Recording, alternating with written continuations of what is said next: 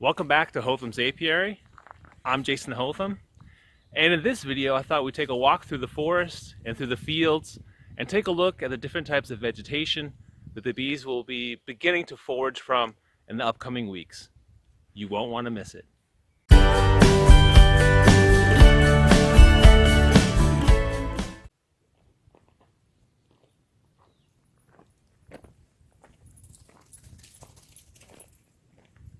Yeah, hello Ellie.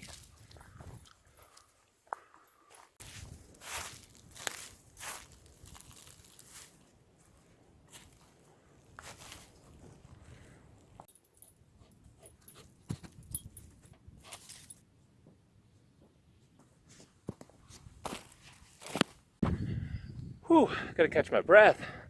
That last hill was no joke. Whew. So this entire area behind me has a lot of pine trees, a lot of fir trees, not a whole lot of blossoms, but this area will be very important for bees towards the end of the summer. When the rest of the blossoms have already passed, the bees will be able to find food in the form of honeydew. Honeydew is a secretion from other insects. These insects will feed on the sap from the pine needles, from the fir needles, and the secretion contains a lot of sugar. The bees collect it, and we can make honey from it as well. I don't make honey from it, but plenty of other beekeepers do. Let's keep going. Which way you want to go, Ellie? Left or right? Yeah, let's go right.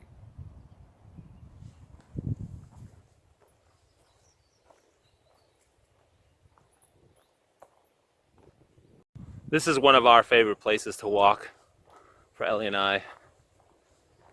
It's normally quite quiet here.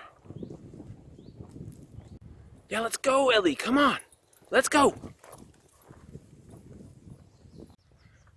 So this area up here is about 540 meters above sea level, which is, I'd say, roughly 1,700 feet. So it takes a lot longer for things to open up, for the blossoms to emerge from different trees and plants. But it should rain today, so that will give the vegetation some much needed rain and some water. And then when the sun really starts to push through again in the second half of this week, I think a lot of blossoms will begin to emerge, give the bees some more food to choose from. So here's a flower that everyone is familiar with, I'm sure. The scientific name is Taraxacum officinale. In English, commonly known as dandelion. In German, Löwenzahn. And this flower is considered to be a weed by most people, but for a beekeeper, this is a very important flower because many bees will harvest the nectar and the pollen from this flower and will provide them with a large amount of nectar. So it's important that the bees find dandelion in the early parts of the spring, and lots of honey that is harvested in the springtime contains dandelion nectar. Here we have another plant that's very important to the bees, especially in the later parts of the spring, early parts of the summer. This is Rubus occidentalis, or in English, the black raspberry, and in German, Brombeer. And here you can see that the blossoms have not yet emerged. It takes a while for them to emerge, but this is also a good source of food, of nectar and pollen for the bees, and they will be flying to this plant when they begin to run out of food sources in the end of the spring. Take a look at this nice scenery and landscape here. You can see off in the distance there's a wild, I believe that's a wild cherry bush. And right over there past that stand of trees is the apiary that I had stumbled upon a couple of weeks ago.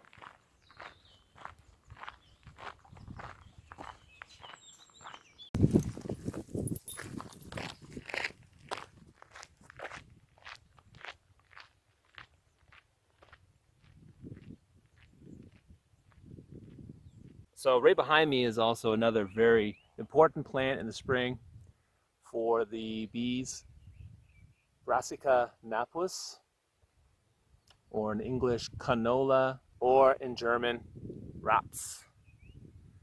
And this is a very important source of honey for the bees. And the bees, of course, will pollinate this crop.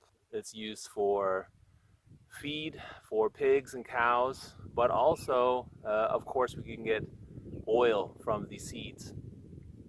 So it's very important that the bees pollinate this crop.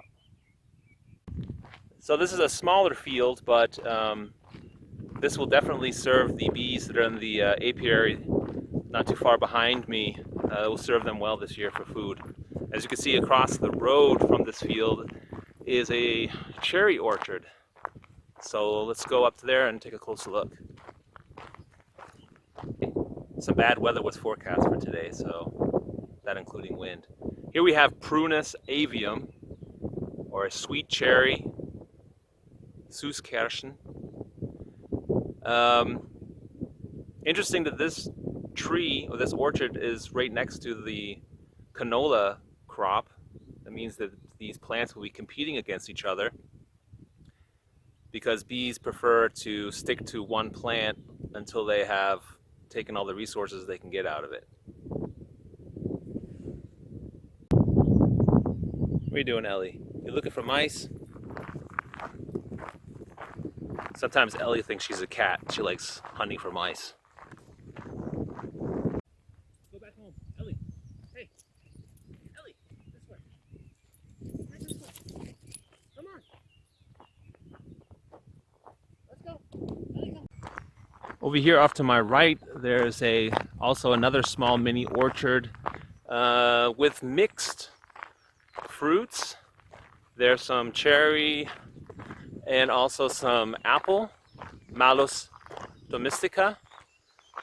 Apple tends to blossom a little bit later, which is great because the bees need to have a constant supply of food. So you don't want to have one particular crop that will blossom at one time, and then the blossoms fall off, the bees are finished with it, then they have nothing else from which they can gather food. So having a mixed crop or mixed vegetation in an area is also very important for the bees, so that they have plenty of food to collect for the winter.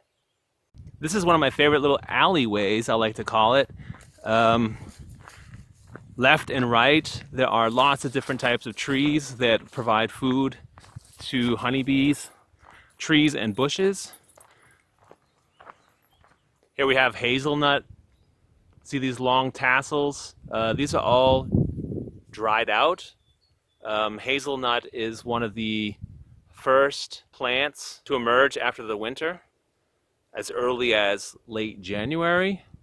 So that gives the bees something to work with right at the beginning of spring. And the scientific name is Corylus avellana, Hazelnut in German. Well, it's starting to rain now, heavily, so I need to try to find some cover. I don't have an umbrella with me. Hopefully I can get into the woods kind of quickly. They're not too far from here, only a few hundred yards. Well, we made it into the woods. A little bit of cover. Shouldn't be surprised though that it started raining. The sky was getting pretty dark. So at the end of that alleyway way back there was a big old cherry tree. Lots of white flowers. I wanted to actually get it on video, but then it started raining. So the point is, there's a lot of vegetation here.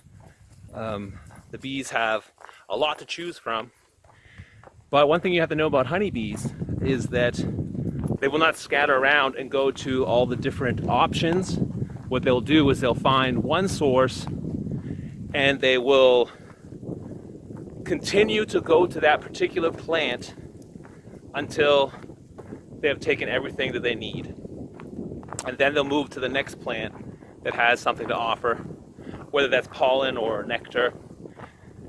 And in that way, the bees are quite efficient in how they forage. They do not waste a lot of time, and they do not waste the resources that are available. You know, there's another side of bees foraging that we also have to take into consideration, and that is the benefit that the plants have. Some plants can have their fruits pollinated by other insects, or by the wind, or by bats or hummingbirds. There's lots of different ways that plants can be pollinated. But the honeybee has proven to be the master of pollination. So there are certain types of plants that really benefit from the honeybee. And those plants tend to offer the honeybee a reward for them visiting, and that reward is nectar. Yes, the bees also use pollen for a food source, for protein, but what gets them through the winter is honey.